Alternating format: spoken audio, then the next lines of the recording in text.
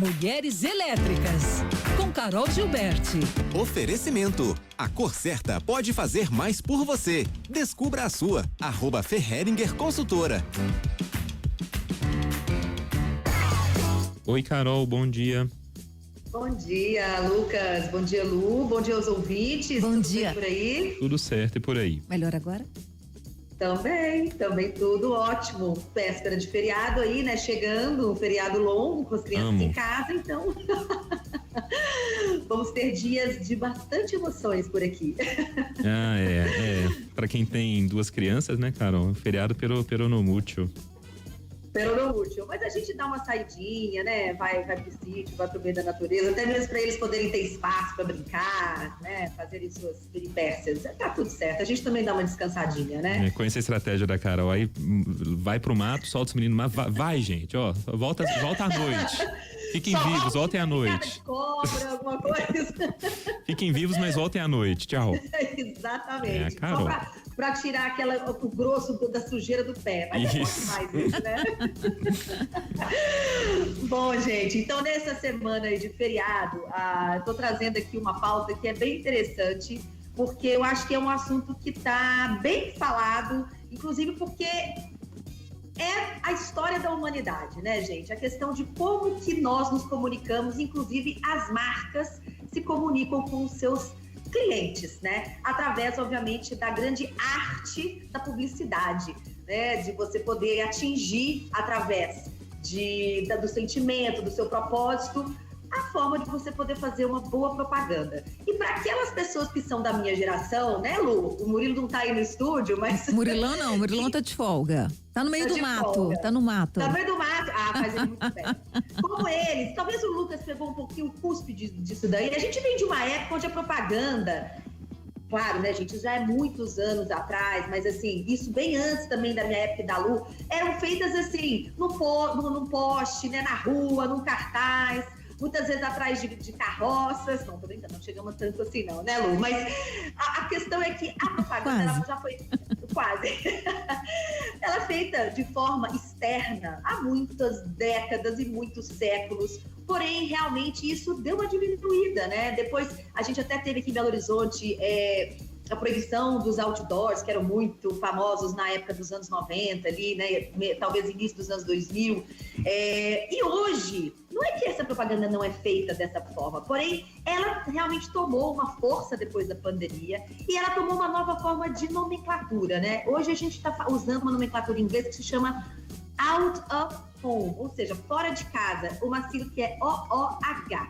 E eu trouxe hoje uma super mulher, uma super elétrica aqui, para poder falar com a gente, que é a Juliana Chilovato. Não sei se eu sempre faço uma A língua trava, né? A língua trava, por causa do nome, Chivoleto. Juliana Chivoleto, que ela é uma profissional que já trabalha nessa área há mais de 20 anos, já passou aí por TV, por rádio, né? E hoje, mais ou menos há 13 anos, ela já atua com essa questão da mídia em movimento e a OOH. E ela vem falar um pouquinho pra gente sobre esses novos conceitos e o impacto que isso tem na relação entre marca e consumidor. Vamos ouvi-la um pouquinho? Vamos. De uma maneira geral, é bem interessante você trazer sobre a trajetória, né, da mídia. O out of home, agora, né, a mídia exterior, a gente brinca que nós estamos na crista da onda, né, porque de fato tivemos um período ali de reclusão e, né, no pós-pandemia, a gente vem vivenciando uma crescente no nosso meio, inclusive isso é mostrado em pesquisas, né, hoje nós somos o terceiro meio em consumo de mídia, e é bem interessante. Mas quando a gente fala do histórico, né, a mídia exterior, para você ter uma ideia, ela não tem nem data de início, porque como a mídia exterior, no caso, como a gente vem falando, ela tudo que está fora de casa, ou seja, está no cotidiano da população fora de casa, não tem nenhuma data específica, porque foi quando, lá atrás, antigamente, foi se colocado as propagandas até em charretes, né, em placas de rua, enfim. Então, a propaganda da mídia exterior, que antigamente era falada sobre mídia alternativa, ela é muito antiga e vem acompanhando a evolução da população, a evolução do consumo, Também. Então, hoje você tem diversos formatos também, digital out of home, né, que são todos os formatos digitais, em tela de LED, de interação, mas além de propriamente somente a mídia, é enquadrado também no out of home todos os tipos de live marketing, de experiências com o consumidor fora de casa, em sua jornada fora de casa. Então, para o nosso ouvinte que está com a gente, é entender que tudo que está fora de casa, em que a gente é impactado, é enquadrado como mídia out of home. E as marcas acabam se aproveitando bastante disso, porque você acaba tendo a jornada do consumidor como um todo para poder explorar. Então, eu especificamente atuo no mercado de mobilidade urbana, com publicidade em ônibus, como você colocou, que em BH existe bons formatos, né, de mídia em ônibus.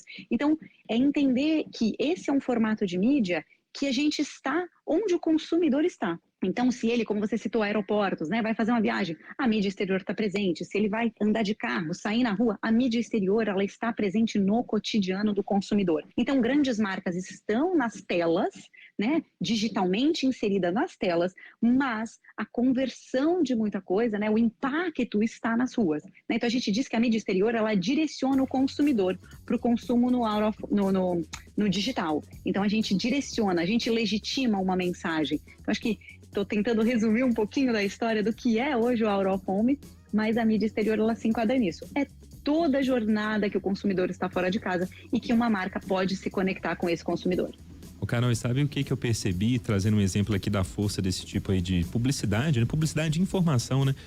Também, aquelas telas em elevadores, né? Hoje até os prédios, até os mais simples assim, fazem contratos, né, com essas empresas, eu acho que é no esquema de permuta, algo assim, mas tá super popularizado, né, nos condomínios de uma maneira geral. No meu mesmo, recentemente, assim, sei lá, um ano, talvez, a gente passou até aquelas telas também, que são ótimas, né, tem um espacinho ali da publicidade e de informação também.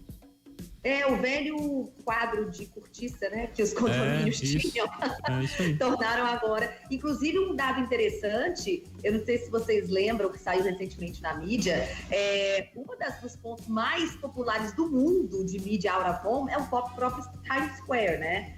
Que, assim, enquanto as pessoas entendiam que era uma coisa extremamente cara, milionária para se fazer, hoje você pode adquirir um espaço de 15 segundos ali naquele painelzão de LED de Times Square por $40. Ou seja, quem sabe a gente não põe nossa marquinha ali, né? Não é a mágica da comunicação, né? E dessa conexão com as marcas, porque se não há essa conexão, não há como você realmente conquistar o seu cliente. Então, isso é um encantamento que a gente precisa ter diariamente e é um desafio. Mas é um desafio que faz sentido, porque hoje consumidores querem muito além do produto, eles querem se conectar com marcas que fazem sentido. Então, a boa notícia hoje as empresas elas têm muitas ferramentas e meios para poder fazer esse encantamento. E na quinta-feira, a Juliana volta com mais curiosidades sobre esse meio.